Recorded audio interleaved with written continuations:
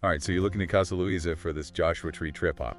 Sounds like you've got great taste, because this place definitely seems like it has some personality. Yeah, you can tell just from the website that it's not your typical rental spot. Right, and that's exactly what we're all about, going beyond those generic Mhm. descriptions, sleep 6, hot tub, blah, blah, blah.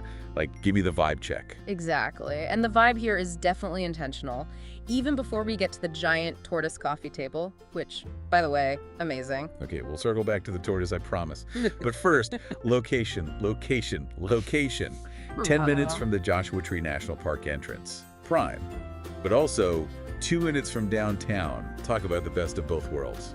That's huge, right? It really suggests they're going for that traveler who wants it all. A little nature, a little latte art. And maybe a little live music too. We'll dive into that later. But speaking of having it all, this place is set up for groups. Sleep 6, pet-friendly, even mentions safety and privacy features for furry friends, which, as a dog owner myself, I appreciate. It's thoughtful. And then on top of all that practical stuff, you've got a baby grand piano. That detail threw me for a loop. I mean, talk about unexpected. Right, it speaks to the owner's personal touch, which the website confirms. It was designed by a guy named Joel O'Connor, named the place after his mother, Louisa Rooms, named after his brothers. Like, this isn't just a business for him, it's an extension of his family. Which just adds this whole other layer to the experience, right? Yeah. Okay, moving on, because you specifically flagged unique design in your notes. And trust me, the pictures don't do it justice. No kidding. Heated outdoor shower built into a tree trunk with LED lights. I mean, come on. Right, imagine being able to bathe under the stars. Oh, and they also have a dedicated cabana for yoga and meditation. Yeah, Clearly going for that wellness-minded traveler, someone who wants more than just a place to crash. Speaking of crashing, though, let's talk about how they've somehow made chic desert aesthetic practical, too. Yeah. Venetian plaster walls, sunburst mirror, total Instagram goals. Of course, you got to get that content. Exactly. Yeah. But then, strategically placed USB charging ports and 600 millipedes internet.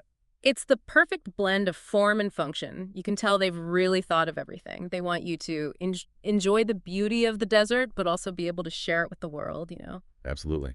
All right, let's take a quick break, and then we'll get into the good stuff. What's to do, where to eat, and how to make the most of your Joshua Tree adventure. All right, so are you ready to talk about the main attraction? Oh, you know it. Joshua Tree National Park, baby. Mm. It's highlighted like crazy in these notes. Yeah, clearly a big part of the trip, and for good reason, right? It's one thing to be close to the park, but Casa Luisa, they don't just tell you how to get there, which, by the way, 10 minutes to the entrance, not bad. Not bad at all. But they give you these little hints, these suggestions that make you feel like they're letting you in on a secret. Yeah, like that Hidden Valley Nature Trail they mentioned. Sounds perfect for all skill levels. Exactly. Not everyone's trying to scale those massive rock formations, right? Some people, myself included, enjoy a nice leisurely stroll surrounded by wildflowers. Speaking of those rock formations, though, Arch Rock, am I right? Like, it's iconic. It's the photo op.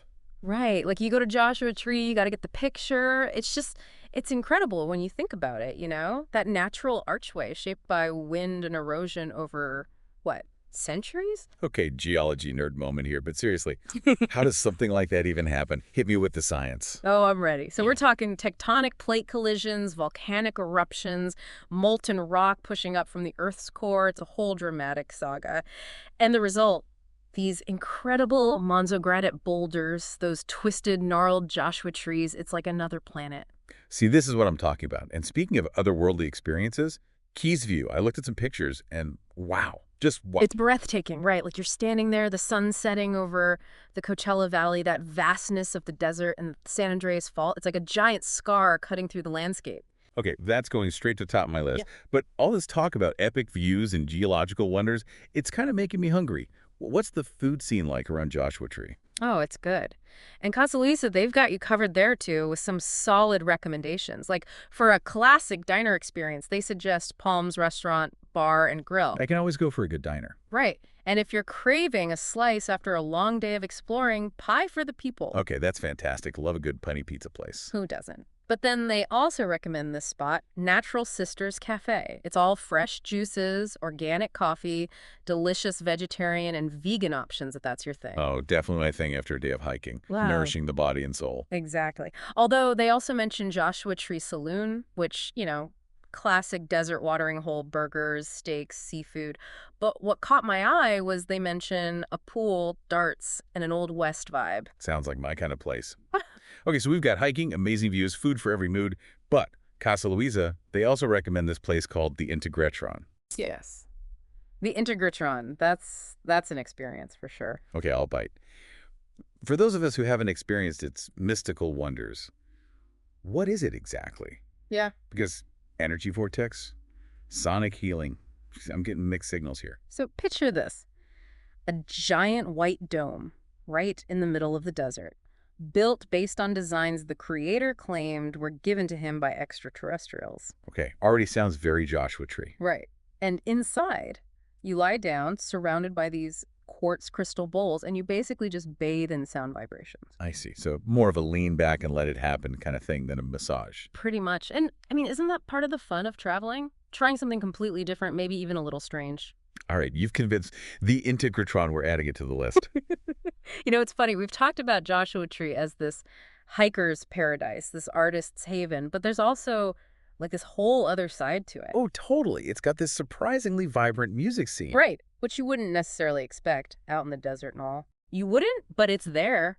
And it's legit. Like, we're talking Graham Parsons spent his final days there, Queens of the Stone Age, recorded an album in a desert studio nearby. Songs for the Deaf. Yeah. Right? One of my all-time favorites. Classic. But it makes sense, though, right? Like, the landscape, the energy of the place, it's inspiring. Totally. You can practically feel the creative vibes just humming in the air. Exactly. And that comes out in everything from, like, these impromptu jam sessions at local bars to these huge music festivals that draw people from all over. Speaking of festivals, Casa Luisa mentioned Coachella, which, okay, technically not in Joshua Tree, but it's a thing. Coachella's the thing, right? Like, it's become this whole phenomenon. So Coachella maybe. Depends on your dates, your tolerance for crowds. But for something a little more low-key, any local spots we should check out? Oh, yeah. Pappy and Harriet's Pioneer Town Palace, it's legendary. Started as a Wild West movie set, then it was this funky roadhouse, and now they get big names, they get up-and-coming acts, it's the whole package. See, that's what I love about Joshua Tree.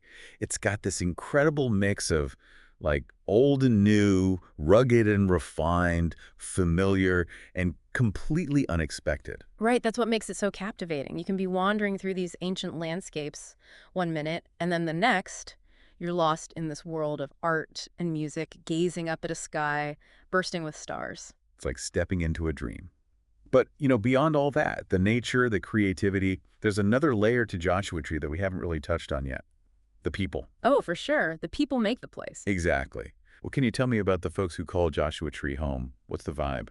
You're going to find a real mix there, you know? You've got your artists, your musicians, obviously drawn to that creative energy, outdoor enthusiasts, people looking for a little adventure, a little solitude. Makes sense. And then, of course, you've got the longtime residents, the ones who've seen it all, who've watched the place evolve. It's got to be interesting to see how it's changed over the years. Totally.